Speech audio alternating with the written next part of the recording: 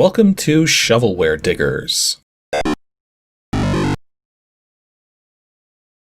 Our dig team is currently excavating the Softkey Shareware 2000 Hit Games 2CD collection. You can find a link in the video description listing the entire directory structure of this archive.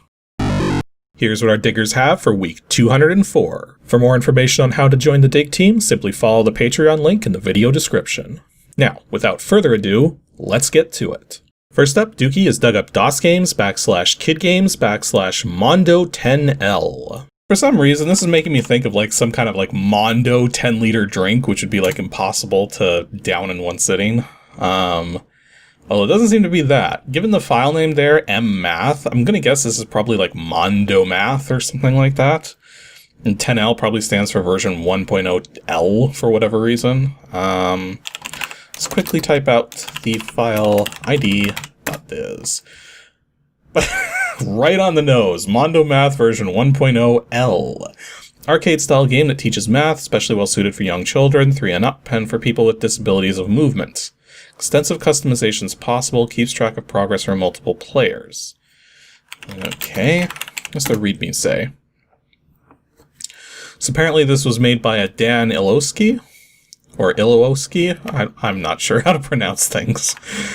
This version teaches several levels of addition. You may use and copy this version without payment. If you'd like a version which teaches subtraction and multiplication, then please send $20 to a California address. So, Mondo Math, especially well suited. So, some of the features are single key or mouse button is all that is needed to play the game. Wait a minute. A single key or mouse button is all that is needed to play the game. No frustrating time limits. You have control over speed of play, problem generation, and advancement criteria. How do you do any of that with one button? Okay, I'm starting to see why this person's saying that this could be done with a single button. So in this shooting gallery simulation, common objects such as eggs, spaceships, clouds, and balloons, each carrying individual digits, are animated across 3 rows at the top of the screen. Objects in each row move in the opposite direction from those in adjacent rows. Player needs simply press a button when the correct digit lines up with the current column of math equation at the bottom of the screen. So, sounds complicated, but I'm going to guess this probably plays a lot more simply than it can be described. So, we already know that it's $20 to register, so let's see if it's actually worth that. mmath. Now we got some sound effects there. Please type in the player's name. Well, that's interesting. You don't often see DOS games that limit you to 8-character names, although I'm guessing there might be a reason for it. Would you like to add to the player list? Yes. Okay, so here's our levels that we can play at. Now, according to the registration details, we shouldn't be able to play any of the subtraction stuff.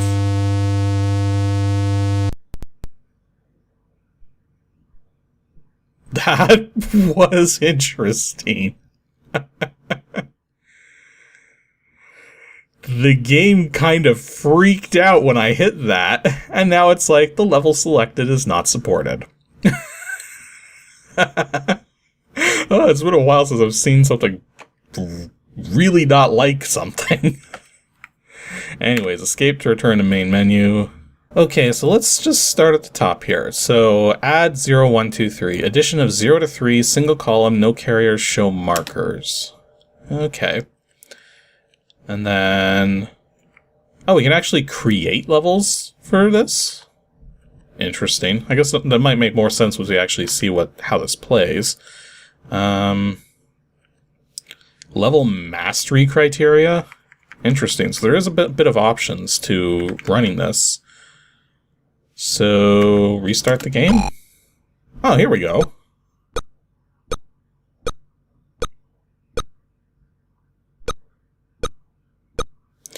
Interesting. Okay, so looking at what's happening right here, so we've got the equation moving back and forth at the bottom. We can use the arrow keys to affect that, but we don't have to, because it'll move and bounce automatically. It says what our level there is, it says what our percent correct is, And to help players figure out what's going on, it's actually counting out the 6 and the 3 using those little diamond shapes that are making the little pinging sounds. So in this case, it's 6 plus 3, which means we need to shoot at the 9. Interesting. But now how are we supposed to hit the things that are higher up? Because these are some pretty big objects that you'd have to squeeze shots around. Okay, this next one's a 6. So, like, I mean, here's the thing. The only 6s I see is at the top there, and I don't see an easy way to shoot that. Maybe. That was tight shot. I don't think someone with underdeveloped motor skills is going to be able to hit something like that. That was like a 2 or 3 pixel window there. I find it interesting how the balloons are labeled 0, yet the only way we would ever have a 0 answer right now is if it was 0 plus 0, since this is only addition. Interesting. I just noticed the way it's counting up the score there. Because it's actually counting it up by sort of like putting markers on top of the digits themselves. Interesting. Oh, I was just about to say, we're never going to have a 0 if it's just a number. What we got is 0 plus 0 now. So, I mean, I was kind of uncertain about this one at first, but this does seem to actually play out pretty well. Let's actually go back. Hit enter for menu. Let's actually try a different level here. So if we select something like 3 digits, carries allowed but not shown. So this is the hardest addition level in here. Okay, so this isn't showing us the extra details at the bottom, and it seems like you have to do this 1 digit at a time. So I wonder if you can affect any other aspects of the game. Like, can we actually, because it says modify the... Oh. Okay, so we have to actually create a new level. Level sequence number. A name that's 8 characters or less. You can make a description for it. Show markers for first column. Number of first digits, second digits. Upper limits. Addition allowed. Subtraction allowed. Carries and borrows allowed. So it doesn't seem like you can adjust the, Oh wait, there is a speed here. So 10 is the fastest. So how fast can this go? This can go real fast. Now, I'm not sure if this is like uncapped or something. Actually, there's a good way to check that. If we go change speed, set it to 9. So 1 less than the maximum. Okay, so it's not based on vertical retrace or something. There is actually some kind of timing going on. And the lowest speed is 1. I'm going to guess that this is probably painfully slow. Oh yeah. But for anybody who's really just getting started with motor skills, this would probably be a fair speed to start at. No, I wasn't even paying attention. I was just firing a shot. So yeah, this was Mondo Math. This is actually pretty decent, I would have to say. Like, I mean, coming from a background of having programmed educational math software in the past, like, generally speaking, when you're trying to make any kind of educational software, there needs to be... Well, that's an interesting thing. There's supposed to be positive reinforcement, but this doesn't have any reinforcement in a sense. It just has, like, sound effects based on how well things are going. So, I mean, for what it is, it's like, this is more of a game than an actual teaching utility. Like, there's nothing in here that's trying to teach you what to do. But at the same time, it's like taking the raw materials of doing math and turning it into a game without focusing on a learning aspect. So from that perspective, as something that is intended to be a game that has no educational component to it, while still technically being an educational game, like, this actually does pull that off fairly well. And the bunny got in my way. But yeah, so like, yeah, this is actually fairly decent for what it is. Next up, Ben Jemmett has dug up WINGAMES /GG/PentaBLX. Something to do with 5-sided figures? Like, that'd be my guess with Penta in the title. Where is it? PentaBlox. We got file id.diz, got to read me first. We got a lot of documentation and not a lot else. Well, let's look at the file id.diz first. PentaBlox 1.01 is a puzzle for Windows based on a series of unique shapes described as pentominoes by Solomon Gollum. Challenge is to find as many of the 2,339 unique solutions as possible, which is a lot, which can be saved to disk or printed. Program features full mouse and keyboard support with full automation of the moving pieces. Also included is an optional grid and movable speed bar, whatever that means. Speed bar. That almost sounds like some kind of like exercise candy, you know, like those protein bars or whatever. I don't know. I've also got the readme.first. I don't have that I really should associate .first with Notepad. Oh. This readme first simply just says, see the vendinfo.diz file for readme information. I hate to... Oh, there is a... What? Okay, file id.diz makes sense, but I've never heard of a vendinfo.diz. Huh. Well, this file does tell us that this was made by an Aquila Software out in United Kingdom. Also, I'm noticing right here that the registration fee in the register.doc is $20 US, which is kind of weird coming from a UK seller, but whatever. Anyways, let's actually just play this thing. PentaBlox. Okay, it's one of these kinds of games. And I'm gonna guess maximizing is just gonna make a lot of white on it. Yeah, that's kind of what I was expecting. Although you could use that as extra space for the pieces. So, it looks better like this though. So we will do it this way in a window.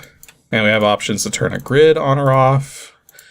I guess the speed bar is just for instant access to the commands for the pieces. So yeah, the way these kinds of games work is you're simply trying to arrange the pieces into the puzzle so that they all fit.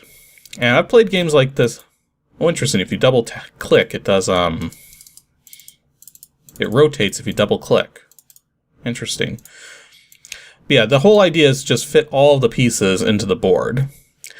And there's generally going to be different kinds of solutions based on the kinds of pieces you're working with. I notice here that it's actually one of each of the different kinds of pentominoes.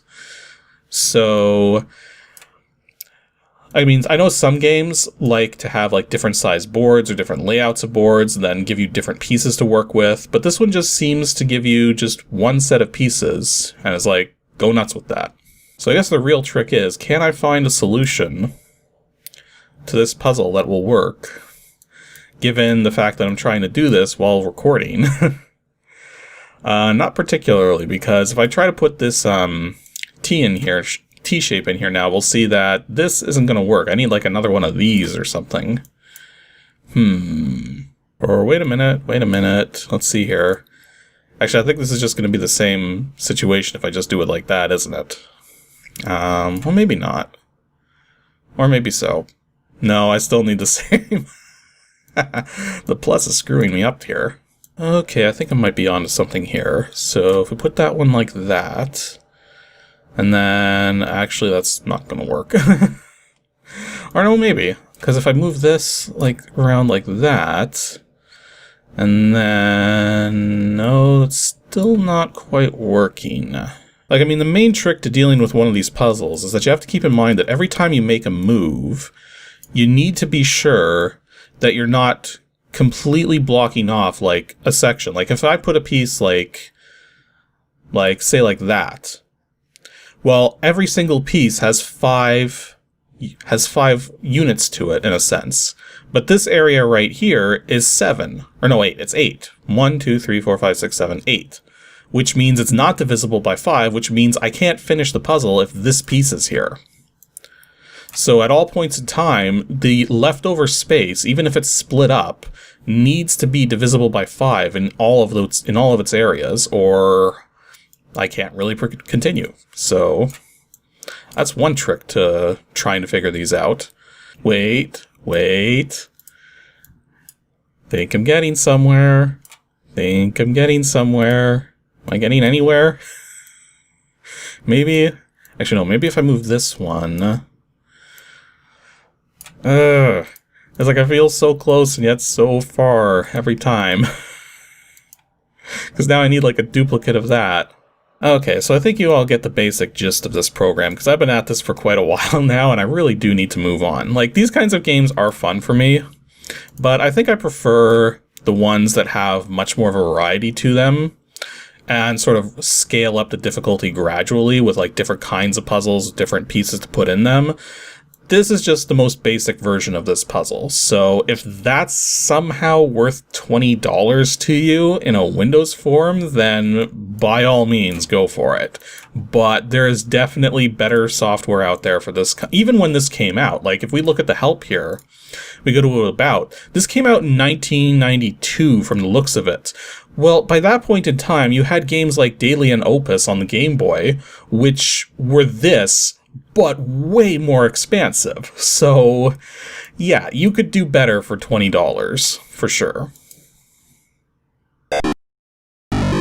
And our last dig for today is from CatDog Joe. DOSGAMES /sports /bowl101M.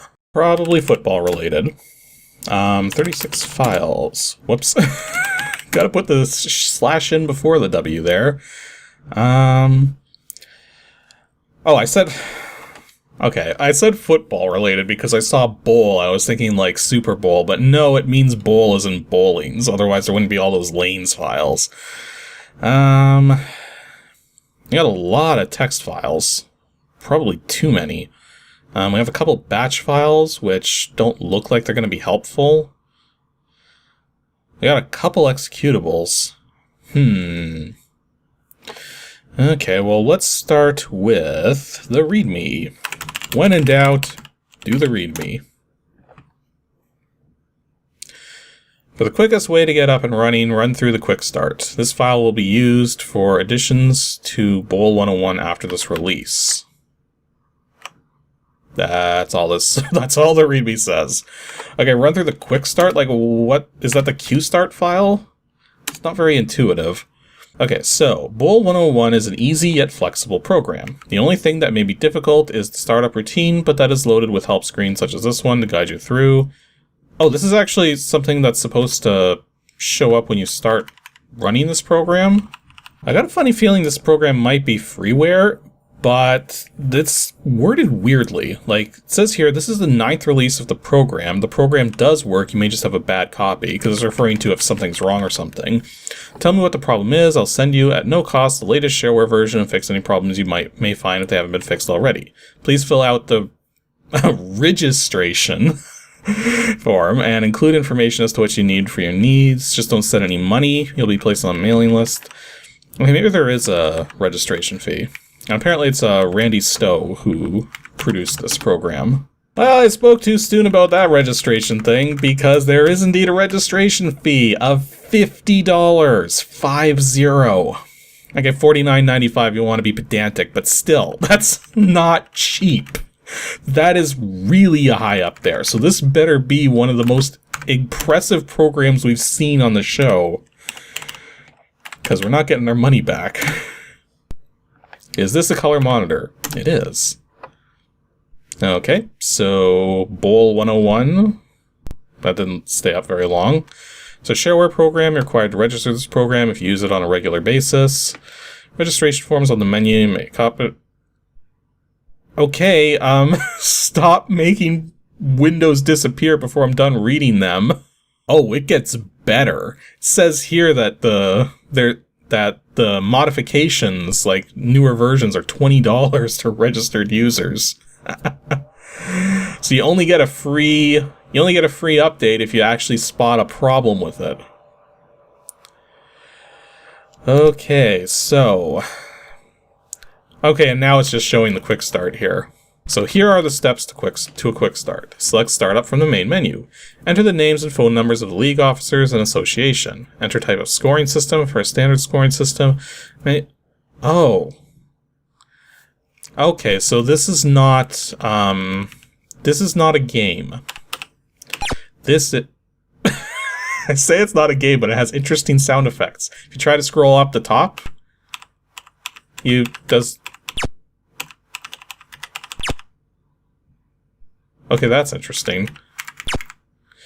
It only produces the sound effect if it hasn't already scrolled to the top. So, like, I mean, I'm pressing the key to scroll past the top right now, and it's not doing anything. If I scroll down once, scroll up, and then try to scroll up again, right like that. Huh. But yeah, this is not a game from the looks of it. This is actually a utility for keeping track of a bowling league. So I'm not sure exactly how much we're going to be able to show about this. Well, that's interesting. You could actually change the colors. Oh, wow. So, like, this program is going all out here. Oh, that's interesting. If you push the F1 key, it actually tells you what the function does that you have selected. So the F1 key is actually context sensitive. Yeah, F2 is not bringing up a calculator of any kind, so either that's a lie or it doesn't work in the current context for whatever reason. So let's make ourselves just some sort of fake bowling league or something. League name and sanction number. Bowl shovels. I don't know. And sanction number? 256. Because why not?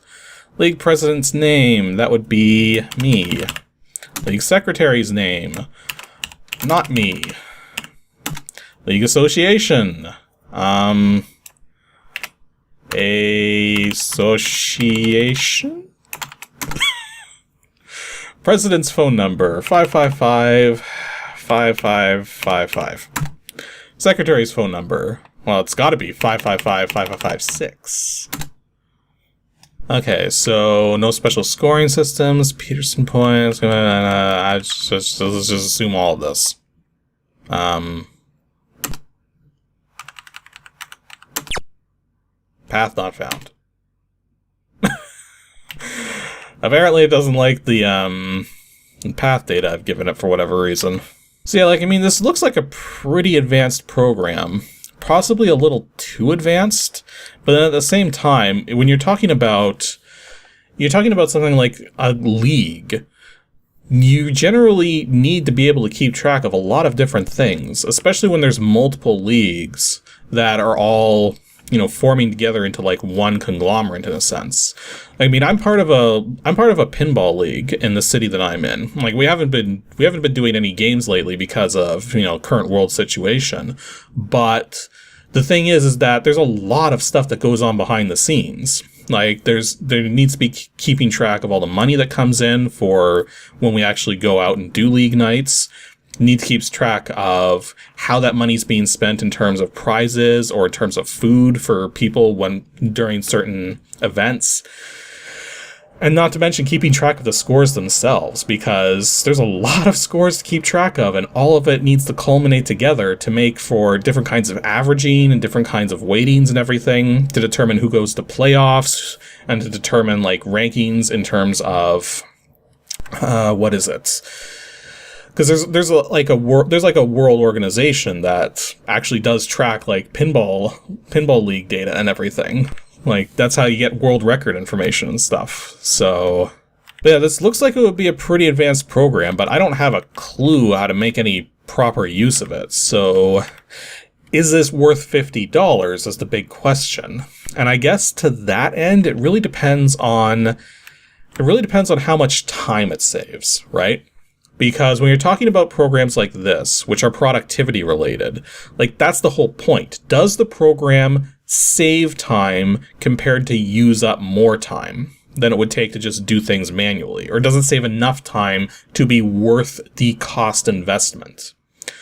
So as a $50 program, the point is, if this program was like taking 5 or 6 hours worth of tasks that you would have to do by hand for a bowling league and bringing it down to like a half hour or 1 hour, then yes, that is actually worth $50 because that is saving you a lot of time in the long run that could be used for other things. But if having to learn this software and use it only brings those 6 or 5 hours of work down to like 4 or 5 hours. Like if you're only saving an hour from 5 or 6 hours, then I don't think it would be worth $50 at that point, because you're not saving that much time. And I'm not in a position where I can give a proper assessment of how that is for this. So if you have any insight on that, like how much data goes into a bowling league and what it takes to run one, then sure, post in the comments whether you think this is worth a program like this that would do all of that is worth $50 or not. 'Cause I don't have a clue.